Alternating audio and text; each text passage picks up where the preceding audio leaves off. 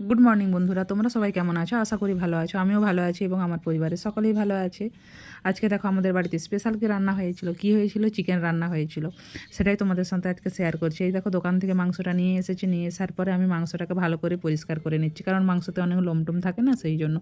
তারপরে পরিষ্কার করার পরে দেখি এখানে লবণ, হলুদ, লঙ্কা গুঁড়ি আর তেল দিয়ে মাংসটাকে আমি ভালো করে মাখিয়ে রেখে দেবো। মাংসটা অনেকক্ষণ মাখিয়ে রাখলে কী হয়, নরমও হয় আর খুব খেতে ভালোও হয়। তারপরে এইদিকে দেখো মাংসটা পরিষ্কার করতে করতে আমি ভাতও করে নিয়েছি, আর ভাতটাও হয়ে গেছে। আর ভাতটা আমি এই যে হালকা করে একটু ঢাকনাটাকে খুলে রাখছি। তারপরে দেখো আমি আদা, রসুন, পেঁয়াজ, টমেটো এগুলো সব কেটে নিয়েছি। এগুলো নেড়ে পেস্ট করতে হবে মাংসের জন্য। আর আমি কিছুই দেবো না, আর বেশি ফোড়ন দেবো। আর এইদিকে মাংসতে দেবো, তার জন্য আলু কেটে নিয়েছি, কতগুলো আলু দেখো। তারপরে দেখো আলুটাকে তেলের উপর আগে ভেজে নিচ্ছি। আলুটাকে ভেজে নিলে কী হয় বলো তো, তাহলে আলুর যে একটা কাঁচা কাঁচা গন্ধ, সেই গন্ধটা থাকে না। ভালো করে তেলে ভেজে নিলে মাংসটা খেতেও খুব ভালো হয়। ঠিক আছে, সেই জন্য আমি ভেজে নিচ্ছি। তারপরে দেখো এখানে প্রথমে তেল দিলাম, তেলের উপরে একটু চিনি দিলাম, তারপরে টমেটো, পেঁয়াজ দিয়ে এটাকে ভালো করে ভাজছি। ভাজার পরে একটু মাংসটাকে দিয়ে দিয়েছি। তারপরে আগে ওখানে আদা রসুনের পেস্ট দিয়েছিলাম।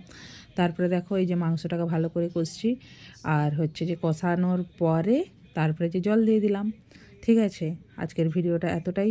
যদি ভালো লাগে ভিডিওটাকে অবশ্যই তোমরা লাইক, কমেন্ট, শেয়ার এবং সাবস্ক্রাইব করো বন্ধুরা। সকলে ভিডিওটাকে দেখো। আজকের মতো টাটা, বাই।